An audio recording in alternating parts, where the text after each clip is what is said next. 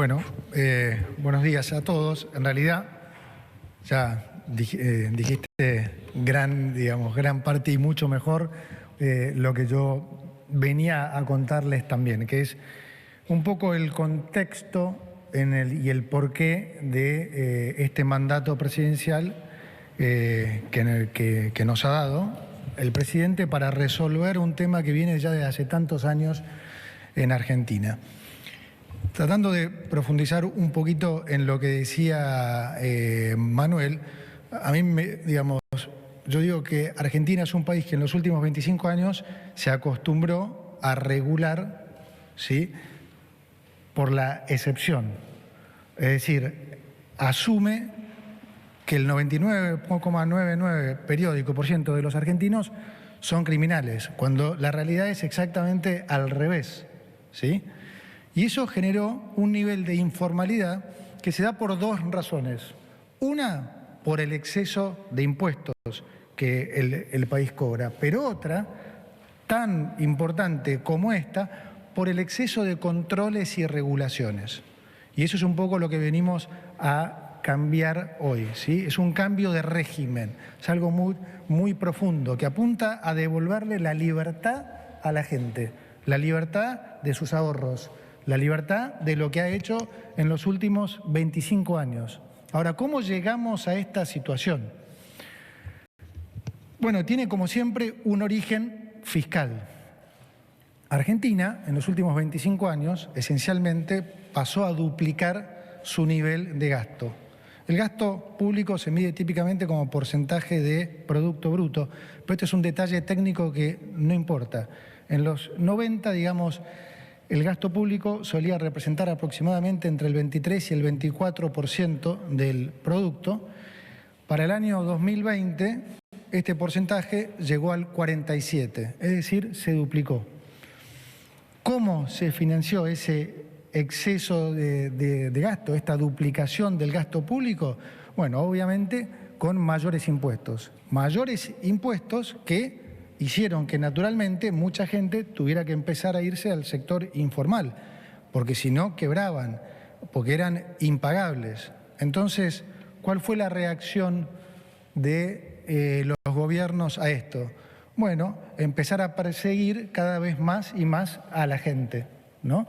Empezar a poner cada vez más controles, más regulaciones, haciéndole el día a día a la gente prácticamente insoportable, pero de las cosas menores hasta cosas mayores. Es decir, si uno quería abrir una cuenta en un banco, tiene que presentar su declaración jurada y un montón de cosas, y si quiere hacer una transferencia.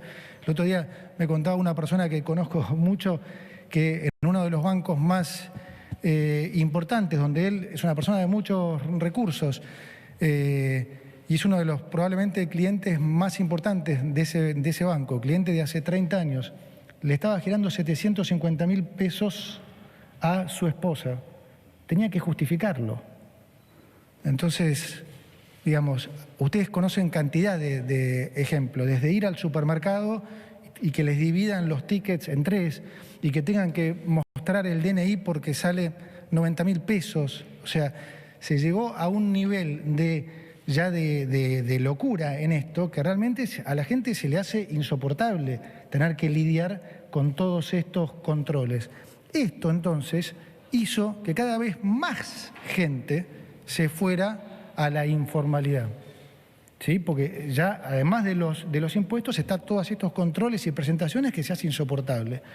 Entonces, ¿en qué deriva esto? Gastamos más. Cada vez más gente se va a la informalidad, cada vez recaudamos menos. Gastamos más, recaudamos menos, tenemos mayor déficit. Ahora, no podemos seguir financiando ese déficit con suba de impuestos. Entonces viene lo que decía muy bien Manuel. Empieza el financiamiento con deuda, pero sobre todo con emisión. Y como ya explicó muchísimas veces nuestro presidente, ¿qué pasa cuando se empieza a emitir dinero en exceso? Se devalúa la moneda contra el resto de los bienes, ¿sí? Entonces, se empieza a generar mayor inflación y mayor devaluación, ¿no? ¿Y cuál es la reacción nuevamente del Estado frente a eso? Bueno, poner controles. Entonces, controlemos precios y pongámosle cepo al dólar. Entonces, a raíz de esto, empezó a pasar que la gente también que tenía ahorros en blanco también tenía que empezar a irse al canal informal porque tampoco tenía forma de cambiar esos ahorros, si quisiera, de pesos a dólares. Y todo esto fue exacerbándose en los últimos 25 años al punto que nosotros heredamos la peor crisis económica de la historia, ¿no? Donde había una inflación que ya corría al 1,5% diario, ¿sí? Una inflación mayorista que terminó en el 54% en diciembre, 17.000% anualizado, una brecha del 200%, es decir, y un desbalance monetario que en el caso nuestro se daba por las dos razones. Como siempre dice, el presidente puede darse por exceso de oferta, por caída de la demanda o por la combinación de las dos cosas, que fue el caso nuestro, ¿no? En el último año se habían emitido 13 puntos de producto, había 4 bases monetarias en pasivos remunerados y la gente no quería tener un peso en el bolsillo. Entonces, lo primero fue obviamente poner, digamos, en marcha este plan de estabilización que consistió en resolver el problema fiscal en la primera etapa, que hicimos en el primer mes, resolver el problema de la emisión monetaria, que era el doble en términos de déficit de lo que se heredó por déficit fiscal, ¿sí? Y después la recapitalización del Banco Central. Entonces, ¿cuál es la situación actual? Hoy por primera vez estamos en una macroeconomía mucho más ordenada, ¿sí? Es la primera vez en 124 años que tenemos una economía ordenada, pero además hago mucho hincapié en esto porque es importante entenderlo, está ordenada por decisión política, por decisión presidencial. O sea, esto no solo es algo que en términos económicos no hemos visto en 124 años, sino que mucho menos lo hemos visto en términos políticos. Ha habido algún momento en particular que Argentina no tuvo déficit fiscal, 10 años de 124, pero esto se dio en líneas generales porque se estaba saliendo de una megacrisis de mercado y como ustedes saben, cuando hay una crisis de mercado, el ajuste lo hace muy brutalmente el mercado, ¿no? Licuando salarios,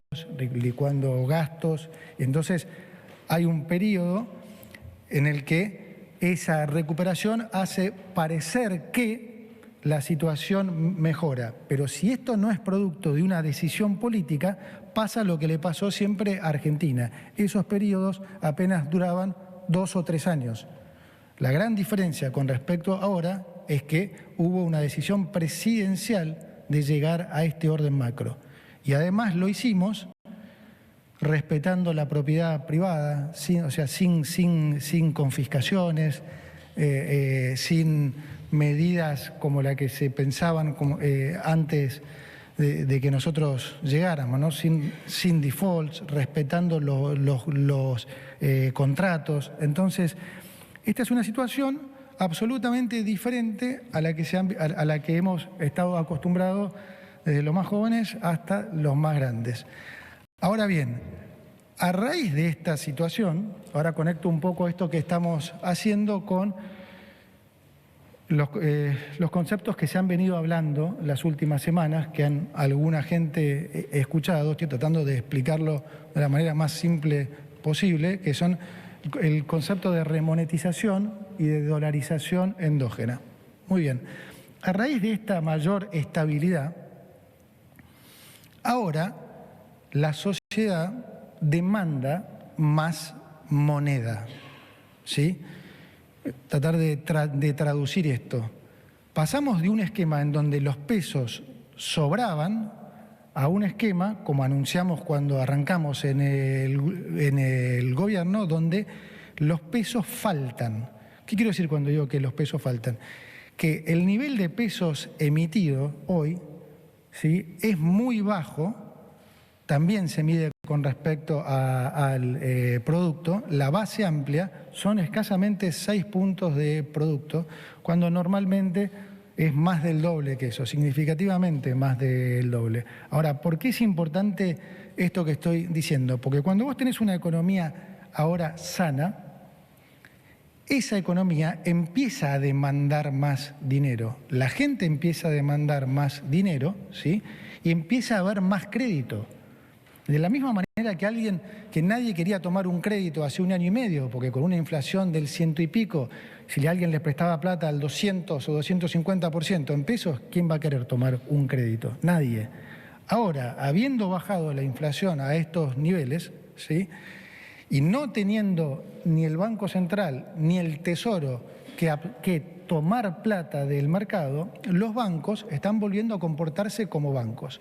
Y hoy tienen mayor demanda de crédito. El crédito ha crecido al 50% en términos reales. Hay más gente que le gustaría tomar crédito hipotecario para comprarse su casa o para comprarse un auto o para comprarse una moto. ¿Y qué es lo que sucede? Algunos bancos ya no tienen pesos. Porque, como digo, nosotros fuimos a un esquema monetario muy rígido. No emitimos pesos desde hace 1 año. Entonces, nosotros necesitamos, para seguir creciendo la economía a estos niveles, que están en el entorno al 6%, necesitamos que la economía se remonetice. ¿Qué quiere decir esto? De vuelta, que haya más dinero en la economía. ¿Y por qué digo dinero y no necesariamente pesos? Porque estamos en competencia de monedas y a nosotros nos da lo mismo que la remonetización se produzca en pesos o en dólares. Es decir, al comerciante que vende el auto, lo que quiere es venderlo. No le importa si lo vende en pesos o si lo vende en dólares. Hasta es casi más natural que este proceso de remonetización se produzca en dólares. ¿Por qué? Porque pesos hay solamente el equivalente a más o menos 37.000 millones de dólares. En cambio, dólares, hay, depende de las estimaciones, entre 5 y 10 veces esa cantidad de pesos. Entonces, lo normal es que este proceso de remonetización también se produzca en dólares. Entonces, este cambio de régimen de vuelta apunta a devolverle la libertad a la gente y dejar de pensar que la gente que se tuvo que refugiar en el mercado informal son delincuentes, que hay que perseguir, terroristas, narcotraficantes. No, es simplemente la gran mayoría de los argentinos que fue abusada por exceso de impuestos y exceso de regulaciones. Ahora bien, ¿en qué deriva esta mayor libertad? ¿En qué va a derivar? ¿En qué se va a traducir también para la gente? ¿Y por qué es importante? Porque si nosotros logramos que esta remonetización también se dé, ya sea en pesos o en dólares, vamos a lograr que la economía siga creciendo, que este crecimiento ya pase a ser sostenido, que se mantenga en el tiempo. Y si nosotros logramos que este crecimiento se mantenga en el tiempo, ¿sí?, dependiendo si logramos que la economía pueda crecer entre un 6 o un 8%, que son niveles que tranquilamente Argentina puede seguir manteniendo por los próximos años, desde el Estado le vamos a estar devolviendo al sector privado en baja de impuestos entre 420.000 y 550.000 millones de dólares. ¿Cuánto es eso? Un montón. Es una barbaridad. Es lo que le va a permitir al sector privado ser más competitivo y por las buenas razones, ¿sí? En Argentina estamos acostumbrados a que para ser competitivo hay que devaluar. Argentina tiene que parecer barata en dólares y eso es a costa de salarios bajos de los laburantes. No, o sea, hay que ganar competitividad bajando impuestos, bajando regulaciones, abriéndose al mundo a competir y las empresas invirtiendo.